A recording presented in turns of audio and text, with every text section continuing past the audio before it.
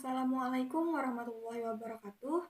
Perkenalkan, nama saya Nur Halimatus Zahra dari Psikologi Islam Lokal 20B, UIN Antasari Banjarmasin, dengan NIM 21030400171. Dalam video ini, saya akan mensimulasikan terkait tugas UTS aplikasi komputer psikologi dengan materi analisis regresi sederhana dan analisis regresi berganda. Baiklah, yang pertama kita akan membahas terkait analisis regresi sederhana. Nah, analisis regresi sederhana merupakan bentuk analisis yang menunjukkan hubungan dua variabel, yaitu variabel bebas atau variabel X dan variabel terikat atau variabel Y. Saat kita sudah masuk pada program SPSS, pada bagian variabel view, pada column name, pada baris pertama ini kita masukkan X, dan pada baris kedua Y. Pada bagian desimal, kita jadikan 0. Lalu pada bagian label, sini kita klik stres kerja.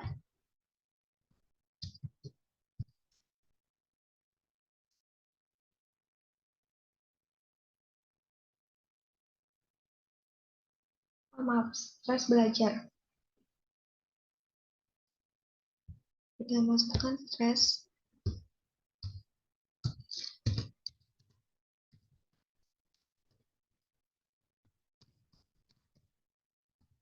Dan di sini prestasi belajar.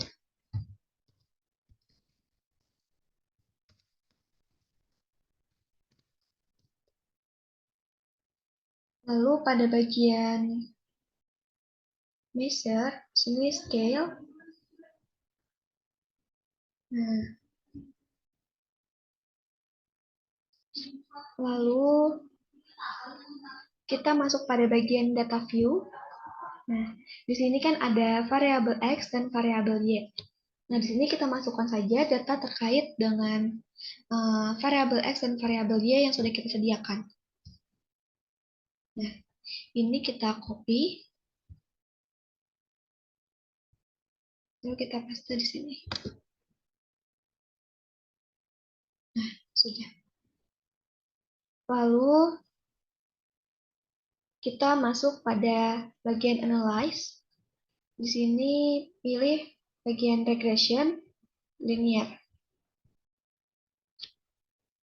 Nah, di sini prestasi belajar kita masukkan ke dependent dan stres belajar kita masukkan ke independent. Terus oke. Nah, selanjutnya kita masuk pada bagian output nilai. Pada kolom pertama ini ada variabel inter atau remove. Nah, pada bagian ini menunjukkan variabel apa saja yang diproses. Mana yang menjadi variabel bebas dan mana yang menjadi variabel terikat. Nah, di sini yang menjadi variabel bebas ialah stres belajar dan yang menjadi variabel terikat ialah prestasi belajar. Tabel ini juga menunjukkan atau menginformasikan bahwa variabel stres belajar itu berhasil dimasukkan atau berhasil diinter dan tidak ada variabel yang dihapus atau dikeluarkan. Selanjutnya, tabel model summary. Nah, pada tabel ini menjelaskan nilai korelasi atau hubungan R yaitu sebesar 0,618.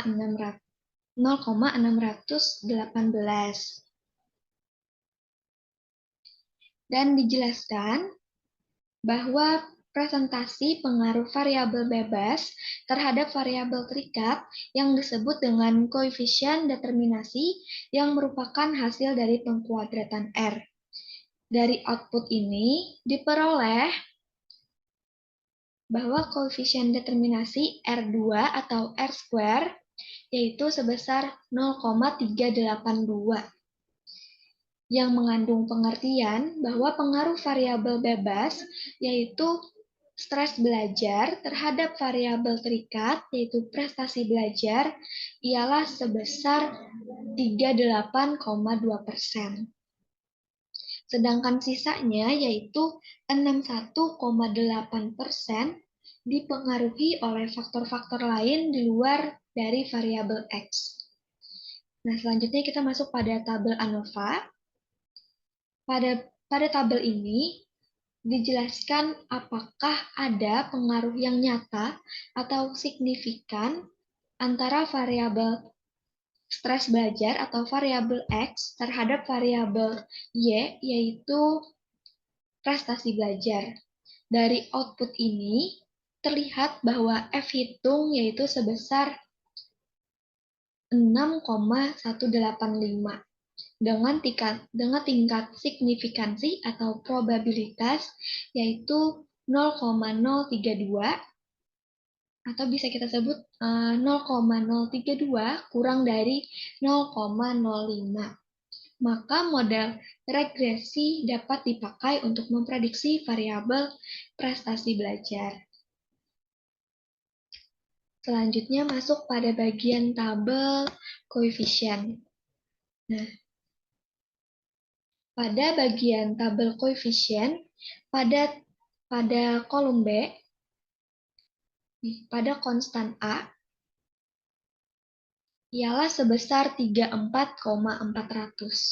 Sedangkan nilai stres belajar atau B ialah minus 0,467.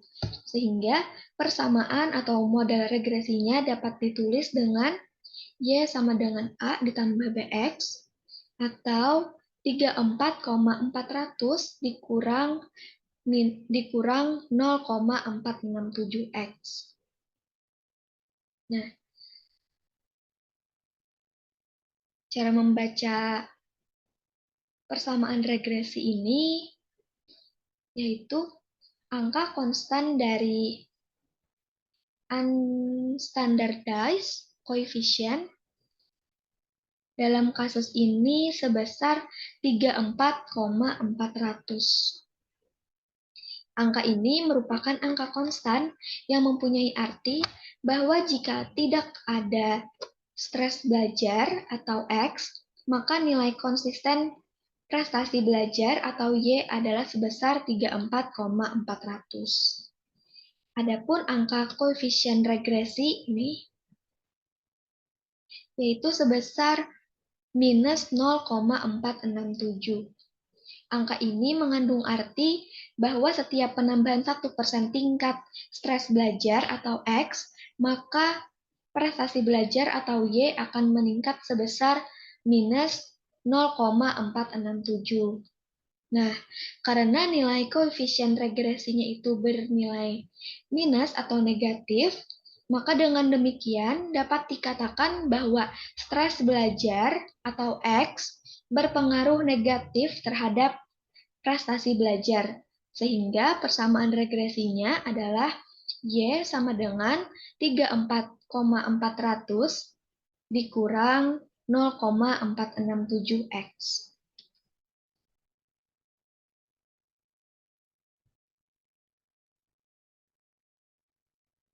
Pada bagian kedua ini kita masuk pada analisis regresi berganda. Adapun analisis regresi berganda ini merupakan bentuk analisis regresi yang mana peramalan nilai pengaruh antara dua variabel bebas atau lebih terhadap satu variabel terikat dalam rangka membuktikan ada atau tidaknya hubungan fungsional antara dua variabel bebas atau lebih terhadap satu variabel terikat. Nah, kita sudah masuk pada program SPSS pada bagian variabel view. Nah, di sini pada kolom name, pada baris pertama kita isi dengan X1. X1. Pada baris kedua, X2. Pada baris ketiga, Y. Terus pada bagian desimal, kita klik 0.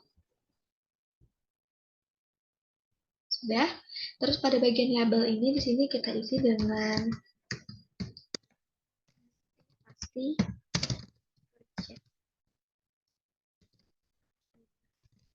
kerja, kinerja.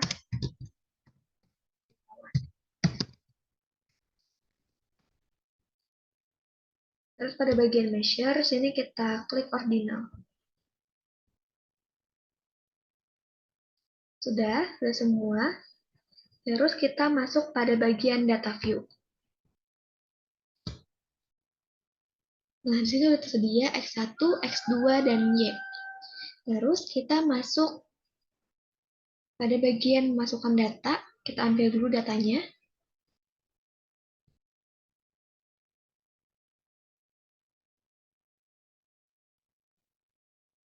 Kita salin. Nah, sudah. Terus kita masuk pada bagian analyze. Pada bagian regression, linear. Nah, di sini motivasi kerja dan minat kerja kita masukkan pada bagian independen. Sedangkan kinerja karyawan kita masukkan pada bagian dependen. Dan kita klik pada bagian statistik, estimate, model fit, R-square change, descriptive. Continue. Terus pada bagian option, use probability of F. Continue. Oke. Nah, pada data output regresi berganda ini, tabel pertama yaitu descriptive statistik. Nah, pada bagian tabel descriptive statistik, di sini menjelaskan terkait rata-rata nilai variabel. Nah, yang pertama ini kan rata-rata tingkat kinerja karyawan itu sebesar 83,33 dengan standar deviasinya itu 7,785. Sedangkan rata-rata tingkat motivasi kerja yaitu sebesar 70,58 dan rata-rata tingkat minat kerja yaitu sebesar 75,67. Selanjutnya kita masuk pada bagian correlation. Nah, pada bagian correlation ini, korelasi secara parsial antara variabel motivasi kerja atau X1 terhadap kinerja karyawan atau Y diperoleh nilai R yaitu sebesar 0,782. Hal ini menunjukkan adanya hubungan positif yang searah dan kuat antara X1 dengan Y. Selanjutnya, korelasi secara parsial antara variabel minat kerja terhadap tingkat kinerja karyawan, yaitu sebesar nilai R-nya itu sebesar 0,908. Hal ini juga menunjukkan adanya hubungan yang positif atau searah yang kuat antara X2 dengan Y. Selanjutnya kita memasuki pada bagian variabel inter atau remove. Nah, pada tabel ini sudah dijelaskan pada penjelasan regresi sederhana tadi, yang mana tabel ini menunjukkan mengenai variabel apa saja yang diproses, mana yang menjadi variabel bebas dan mana yang menjadi variabel terikat. Nah, yang menjadi variabel bebas di data regresi berganda ini yaitu minat kerja dan motivasi kerja. Sedangkan variabel terikatnya yaitu kinerja karyawan. Tabel ini juga menginformasikan bahwa variabel minat kerja dan motivasi kerja itu berhasil masuk atau inter, dan tidak ada data yang kosong atau dihapus. Selanjutnya kita masuk pada bagian model summary. Nah, pada bagian model summary ini, korelasi R secara simultan antara variabel minat kerja dan motivasi kerja terhadap kinerja karyawan diperoleh nilai R-nya itu sebesar 0,916. Dan dengan nilai R square yaitu sebesar 0,839. Atau misalkan kita jadikan persen, yaitu sebesar 83,9%.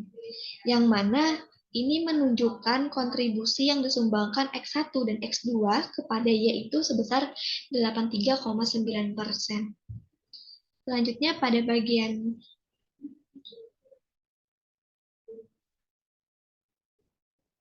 ANOVA,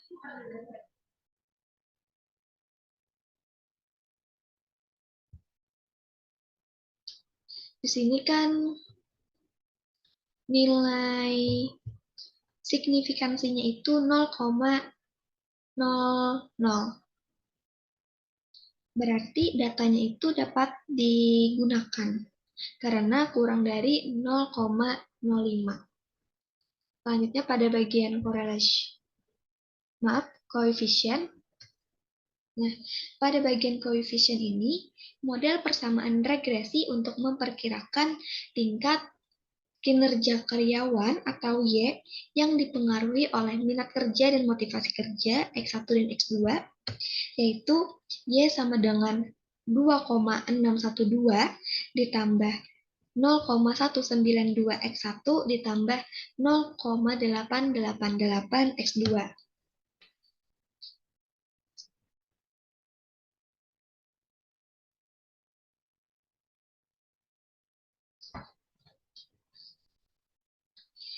Jadi, jika seorang karyawan tidak mempunyai minat kerja dan motivasi kerja, maka diperkirakan tingkat kinerja karyawannya itu sebesar 2,612. Sedangkan jika tingkat minat kerja dan motivasi kerja bertambah 1 poin, maka tingkat inteligensi akan menjadi Y sama dengan 2,612 ditambah 0,192 ditambah 0,88.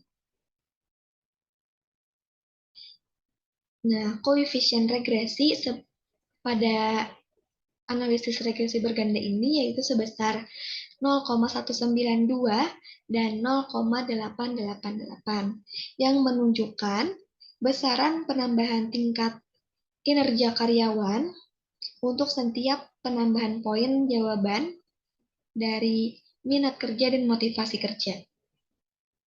Sekian pemaparan dari saya ucapkan terima kasih. Wassalamualaikum warahmatullahi wabarakatuh.